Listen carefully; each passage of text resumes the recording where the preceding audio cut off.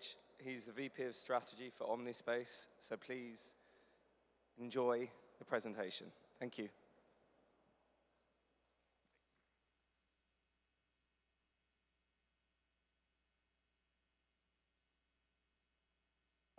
Hello, everybody.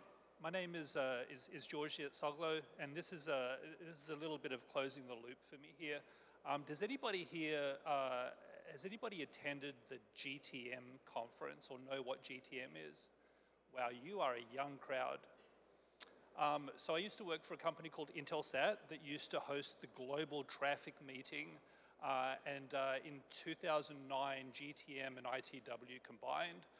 This was a focusing on companies that would use satellite services, and they would meet in order to be able to develop agreements, connecting agreements over satellite systems, which changed to focus on cable, to focus on wider telecommunications, and became ITW. So here we are on the last day of ITW, and we're talking about satellites again. As you look at satellites, satellites has always suffered from devices. You have to buy a unique device that's typically expensive, and it'll work with one satellite or one operator. Devices are typically not interconnectable into hubs from other providers. And so apart from direct-to-home TV services, which again are unique to companies, the satellite industry has suffered from not being really able to access the mass market. What we're talking about here is a system that is designed to operate on standard terrestrial standards, to a standard terrestrial device, to this device. And so what we are doing at Omnispace, if I can figure out the right thing here, there we go. We are developing the world's first global hybrid mobile network, right? So let me pull that title apart. It is a global mobile network. So we are developing a system that is going to work with standard frequencies, and Omnispace has specific S-band 2 gigahertz rights that will allow your cell phone to work over a satellite system. It will work with standard devices. As we work with mobile network operators, it will connect into standard systems, and will allow us a seamless solution to allow you to access all your services when you are outside of terrestrial cell phone coverage, which happens to everybody. I live in Washington, D.C. I live about 4 miles from the White House. If I'm driving from my house to downtown Washington, D.C., I pass through a 1 kilometer stretch where my cell phone drops out. I have an AT&T service, and every time I'm on a cell phone call, when I'm driving down Rock Creek Parkway, my cell phone drops out 4 miles from the White House. So this is the end of that kind of service. This is providing ubiquitous global coverage for standard devices. The way this works from an underpinning perspective is adhering to standards.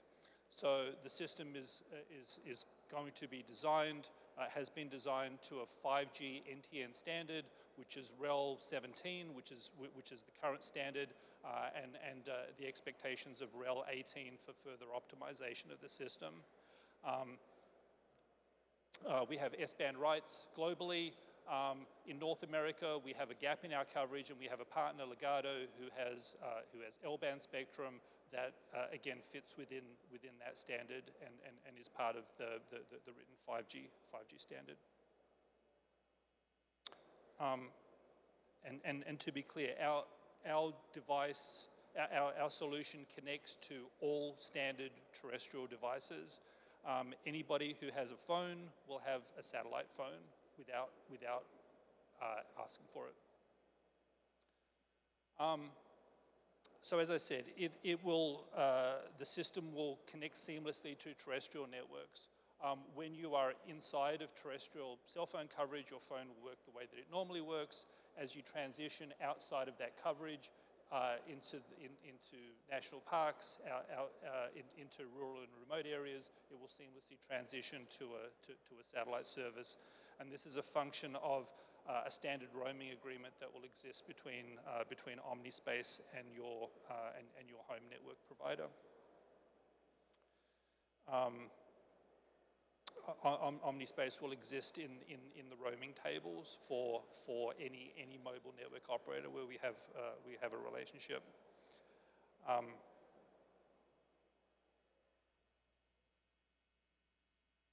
So this is obviously applicable to cell phone service, but it's a very large part of the market opportunity is for IoT, seamless IoT connection for devices traveling out of terrestrial coverage area, and obviously for government, whether it's civil or military. So you might ask, well, how big is this opportunity? So we've worked with a number of very reputable companies in order to come up with the market opportunity here, which is in excess of $41 billion annual retail revenue by the time you get to 2035. To size that represents about 3% of the mobile market, projected to be about $1.3 trillion by that same time frame. So again, $41 billion, about 70% of that is consumer cell phone. About 30% of that is IoT and government solutions for access into remote and uncovered areas. In terms of devices, it's some 400 million cell phones by 2035, which represents users who have an ability and willingness to pay, and the opportunity is addressable. It does not take into account, for example, users that have a need for the service but don't have the underlying ability to pay for service or the device. So I mentioned 400 million cell phones. From an IoT perspective, we're looking at just under 2 billion devices. A portion of this is devices that are perpetually outside of terrestrial coverage. Quite a large part, some 2/3 or 70% of it, is devices that typically reside within terrestrial networks but travel outside of terrestrial coverage. And as you look at that IoT opportunity, it is a very large number of use cases. We've modeled it for 7 verticals, some 20 use cases.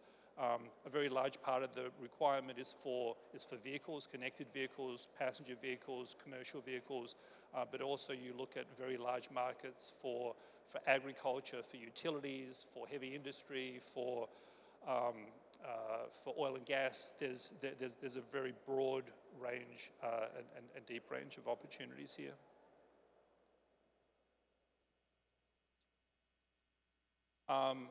So these are some of the examples that I referenced. If you look at the number of devices, the pure number of devices that will connect to these networks, a very large number of the devices are agriculture, which, as you expect, these are devices that reside typically outside of terrestrial coverage in very rural areas. As you look at precision farming, as you look at irrigation management, minerals analysis, as you look at cattle tracking, very large number of devices that are very, very small ARPU. As you look at connected car, we actually project it to be one of the largest opportunities with a very broad range of opportunities. And we're working closely with car manufacturers and integrators of automotive systems in order to ensure, again, that this solution is seamlessly integrated in a way that operates when these vehicles move outside of terrestrial coverage.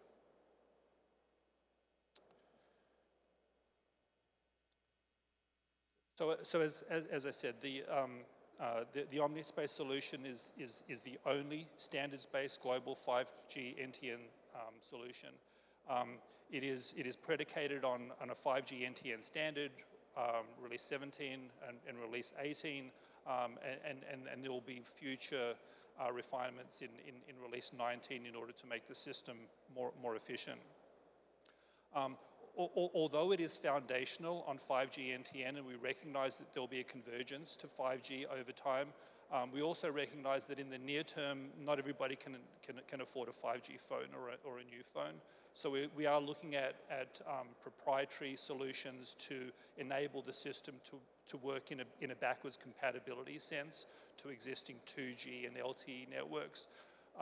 Those systems were never designed for a non-terrestrial network environment.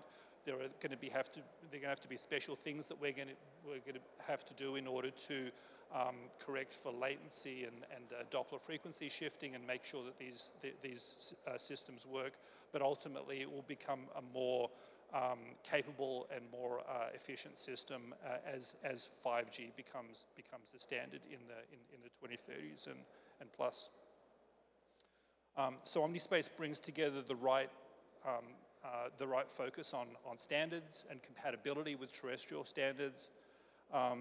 We're focusing on ensuring that the network design is seamless into an MNO's network, where the MNO is not required to put any money at all into capital or into operating expenses. It will work the same way that any other roaming provider works with an MNO network. And we're working with a very broad range of ecosystem partners, from handset manufacturers, device manufacturers, chipset manufacturers, integrators, in order to ensure that our system is completely compatible with those devices that are designed to a standard and a standard terrestrial devices. So thank you for your time.